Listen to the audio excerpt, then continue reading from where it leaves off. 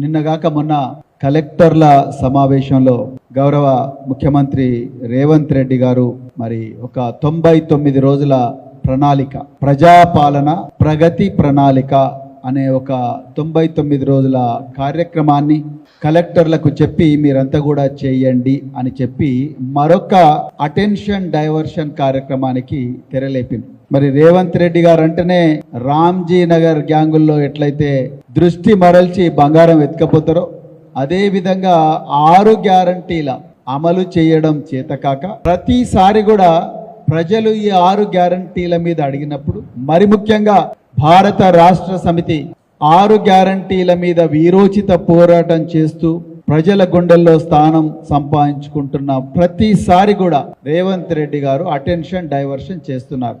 ఈ 2.5 సంవత్సరాల్లో కాళేశ్వరంలో మేడిగడ్డను కూలగొట్టి పీసీ గోస్ కమిషన్ వేసి అటెన్షన్ డైవర్షన్. అదే విధంగా ఎలక్ట్రిసిటీ కేసీఆర్ గారు 20,000 మెగావాట్ల ఎలక్ట్రిసిటీని విద్యుత్తు ఉత్పాదనను పెంచితే దాని మీద జస్టిస్ నరసింహారెడ్డి కమిషన్ వేశారు. కేటీఆర్ గారు మొబిలిటీ వ్యాలీ అని చెప్పి తెలంగాణను విద్యుత్ వాహనాల కేంద్రంగా తయారు చేయాలని తలిస్తే వారి మీద ఫార్ములా ఈ కేసు పెట్టారు. హరీష్ రావు గారు ప్రతిరోజు కూడా ఈ 6 గ్యారంటీల అమలును కానీ లేకపోతే తెలంగాణ రైతులకు నీళ్లలో మరి అన్యాయం జరుగుతూ ఉన్నది, పోరాడి తెచ్చుకున్న తెలంగాణలో నీళ్ల విషయంలో అన్యాయం జరుగుతుందంటే వారి మీద కూడా పంజాగుట్టలో అక్రమ కేసులు పెట్టారు. ఇప్పుడు ట్యాపింగ్ అని చెప్పేసి ధారావాహిక సీరియల్ నడుస్తూ ఉన్నది.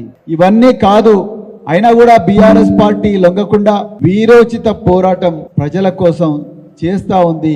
వీళ్ళకి ఎట్లయినా ఆగేటట్టు లేరు అని చెప్పి ఇప్పుడు మళ్ళీ ఒక కొత్త డ్రామాకు రేవంత్ రెడ్డి ప్రభుత్వం తెరలేపింది. అదే ఈ 99 రోజుల ప్రగతి ప్రణాళిక ప్రజాపాలన. మీరు ప్లానింగ్ డిపార్ట్మెంట్ ఇచ్చిన గైడ్ లైన్ చూస్తే నిజంగా ఆశ్చర్యం వేస్తారు. అధికారులంట ప్రతిరోజు కూడా ఈ 99 రోజులు శానిటేషన్, తర్వాత పెండింగ్ ఫైల్స్ క్లియర్ చేయాలి, అదే విధంగా పరిసరాలను కూడా జాగ్రత్తగా పెట్టుకోవాలి, అదే విధంగా ఇంకేమైనా ఉంటే అవన్నీ చేయాలంటున్నారు. మరి నిజంగా రేవంత్ రెడ్డి గారు ముఖ్యమంత్రిగా పాలన ఏమన్నా 2.5 సంవత్సరాల్లో నేర్చుకున్నారా? వారి మంత్రివర్గ సభ్యులు ఏమైనా నేర్చుకున్నారు? నిజంగా మాకు సీరియస్ డౌట్ వస్తుంది. అయ్యా రేవంత్ రెడ్డి గారు, అదే విధంగా మరి రెవెన్యూ మంత్రి పొంగిలేటి శ్రీనివాసరెడ్డి గారు, మిగతా మంత్రులు అందరూ కూడా మీరు ఈ 99 రోజుల ప్రజా పాలనలో ఇచ్చిన ప్రతి అంశం కూడా అది పరిసరాల పరిశుభ్రత కానీ, మరి అదే విధంగా పెండింగ్ ఫైళ్ల క్లియరెన్స్ కానీ, లేకపోతే ప్రజల ఫిర్యాదులు వినడం కానీ ప్రతిరోజు కూడా ప్రభుత్వ ఆఫీసుల్లో అందరూ చేయవలసిందే.